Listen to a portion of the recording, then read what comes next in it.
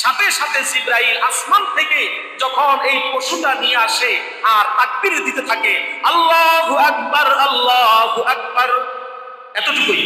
জিবরাইল বলছে কি আল্লাহু আকবার আল্লাহু আকবার। ইব্রাহিম নবী শুনলেন জিবরাইল পড়তেছে আল্লাহু আকবার আল্লাহু আকবার।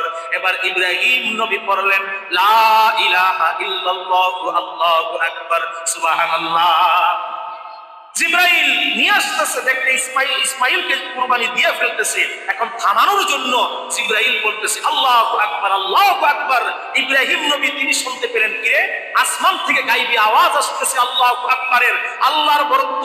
তিনিও পড়লেন লা ইলাহা ইল্লাল্লাহু আল্লাহু আকবার, আল্লাহ ছাড়া কোনো মাবুদ নাই, আল্লাহই হচ্ছে সবচাইতে বড়। এবার জিবরাইল আবার পড়লেন আল্লাহু আকবার আল্লাহু আকবার। ইব্রাহিম পড়লেন লা ইলাহা ইল্লাল্লাহু আল্লাহু আকবার। জিবরাইল বললেন আল্লাহু আকবার আল্লাহু আকবার। যখন জিবরাইল আর ইব্রাহিম এই দোয়াগুলো পড়লেন, শিশু ইসমাইল শুয়ে শুয়ে পড়তেছে ওয়ালিল্লাহিল হামদ সুবহানাল্লাহ। জিবরাইল বলতেছে আল্লাহু আকবার আল্লাহু আকবার, আর ইব্রাহিম বলতেছে লা ইলাহা ইল্লাল্লাহু আল্লাহু আকবার, আর শিশু ইসমাইল বলতেছে কি ওয়ালিল্লাহিল হামদ। সমস্ত প্রশংসা কার জন্য? আল্লাহর জন্য। আল্লাহ সুবহানাহু ওয়া তাআলার কাছে এই যে তিনজনের সমন্বিত একটা দোয়া, জিবরাইল পড়লেন, ইব্রাহিম নবী পড়লেন, ইসমাইল নবীও পড়লেন, এই তিনজনের সমন্বিত একটা দোয়াকে আল্লাহ তাকবীরে তাশরীক বলে ঘোষণা করে আমাদের জন্য ওয়াজিব করে দিলেন। এই জিলহজের চাঁদের 9 জিলহজ ফজরের নামাজ থেকে নিয়ে 13 জিলহজ আসর পর্যন্ত প্রত্যেক নামাজের পরে একবার তাকবীরে তাশরীক করা ওয়াজিব। সুবহানাল্লাহ। আল্লাহর কাছে বড়ই ভালো লেগেছে এই দোয়াটা, যে বাহ চমৎকার দোয়া তোমরা করেছো। এই দোয়াটা উম্মতের জন্য আল্লাহ ওয়াজিব করে দিয়েছেন। রাসূল করিম সাল্লাল্লাহু আলাইহি ওয়াসাল্লাম আমাদেরকে বিধান বলে ঘোষণা করে দিয়েছেন। আল্লাহ রাব্বুল আলামিনের ঘোষণা অনুযায়ী জিবরাইল ইসমাইলকে সরায়া ওই জান্নাতি পশু শোয়ায়া দিলেন। জবে করার পরে ইব্রাহিম নবী জবে করার পরে তিনি দেখতে পেলেন যে আমার সন্তান এখনো অক্ষত আমার পাশে বসা, আর জান্নাতি পশু কুরবানি হয়ে গেছে।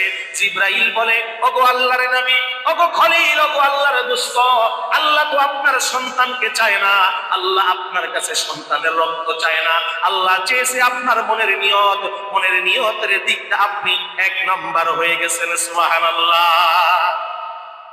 আমরাও আমাদের পশু জবে করার সময়, আমরাও আমাদের পশু কুরবানি দেওয়ার সময় আল্লাহর কাছে 1 নম্বর হতে চাই কি চাই না? এখন 1 নম্বর হতে হলে পশু জবে দিতে হবে ডোনাল্ড ট্রাম্প। হ্যাঁ, 1 নম্বর হতে হলে পশুর নাম রাখতে হবে নেতানিয়াহু, পশুর নাম রাখতে হবে রহমান ডাকাত। বলে নাউজুবিল্লাহ। আছে না নাই? এটা হচ্ছে একটা কুরবানি, একটা ইবাদত। এই ইবাদতের ক্ষেত্রে দেখেন আমরা কতটা আত্মভোলা হয়ে গেছি, কতটা আমরা আমাদের মন মানসিকতা নষ্টের দিকে চলে যাচ্ছে। যে পশুটাকে আমি এনে আল্লাহর রাস্তায় কুরবানি করব, তার নাম রাখতেছি কি ডোনাল্ড ট্রাম্প। আছে না নাই? তার নাম রাখতেছে বিভিন্ন প্রকার। এগুলো বলে শেষ করা যাবে না। এই যে আপনি এই সমস্ত নামে ডাকেন, তার মানে এইটাকে ট্রল করা হচ্ছে, এইটাকে নিয়ে হাসি ঠাট্টার পাত্র বানানো হচ্ছে।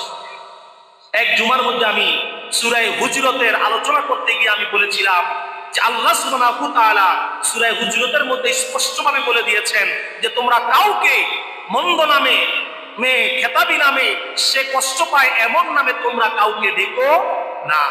তা আল্লাহ পশুর নাম দিছে গরু, পশুর নাম দিছে মহিষ, পশুর নাম দিছে ছাগল, পশুর নাম দিছে বেড়া, বকরি। আপনি এইটাকে ট্রল করার জন্য, হাসির পাত্র হওয়ার জন্য, ফেসবুকে ভিউ বাড়ানোর জন্য, মানুষদেরকে দেখানোর জন্য আপনি এই যে এক একটা নাম দিলেন, এইটার কোনো বিধান আছে?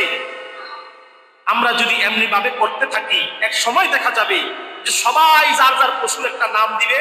এক সময় এইটা একটা রেওয়াজে পরিণত হয়ে যাবে। মানুষ মনে করবে যে পশুর নাম না দিলে আল্লাহর কাছে কুরবানি হয় না। কি বলেন, ঠিক না? কারণ দিন যায় মানুষ এভাবে নাম দেওয়া আরম্ভ করে। অতএব আল্লাহর কাছে আমার পশুকে কুরবানি দেওয়ার জন্য, কবুল করানোর জন্য এই সমস্ত অপসংস্কৃতি, এই সমস্ত এই ট্রল করা থেকে আমরা বিরত থাকবো ইনশাআল্লাহ। পশুর নির্ধারিত যে নাম, ওই নাম তো দেওয়া আছে, আমরা কেন বিভিন্ন নামে তাকে ডেকে আমাদের ফেসবুকে ভিউ বাড়ানোর জন্য, মানুষদের দেখানোর জন্য আমরা করব? তার মানে এটা তো আমার রিয়া হয়ে গেল, লোক দেখানো হয়ে গেল, এটা তো আল্লাহর রাস্তায় দেওয়া হলো না। আল্লাহ সুবহানাহু ওয়া তাআলা আমাদের কুরবানিকে সঠিকভাবে করার জন্য, কুরবানি নিয়ে কোনো ট্রল করা যাবে না, কুরবানি নিয়ে কোনো প্রতিযোগিতা করা যাবে না। আমার গরুটা অনেক বড়, অমুকের গরু ছোট, আমি গতবার দিয়েছি 2 লাখ, এবার আনছি 10 লাখ। হ্যাঁ, আমি গতবার দিয়েছি 2 লাখ টাকা, এবার দিয়েছি 10 লাখ টাকা। আমি সবচাইতে মহল্লার বড় গরু আনছি, আমি 10টা 20টা গরু আনছি। এই যে এরকম একটা প্রতিযোগিতা, এই প্রতিযোগিতা আল্লাহর কাছে কোনো দাম নাই। আল্লাহ বলে দিয়েছেন, কুল ইন্না সলাতি ওয়া নুসুকি ওয়া মাহইয়ায়া ওয়া মামাতি লিল্লাহি রাব্বিল আলামিন। এই নবী আপনি বলে দেন, আমার নামাজ, আমার কুরবানি, আমার জীবন, আমার সব কিছু লিল্লাহি, একমাত্র আল্লাহর জন্য। সুবহানাল্লাহ। বলেন তো, আমাদের নামাজ, আমাদের কুরবানি কার জন্য? জবান খুলে বলি, কার জন্য? আল্লাহর জন্য। এখানে বিন্দু পরিমাণ আমরা কোনো ধরনের অন্য চিন্তা করব না।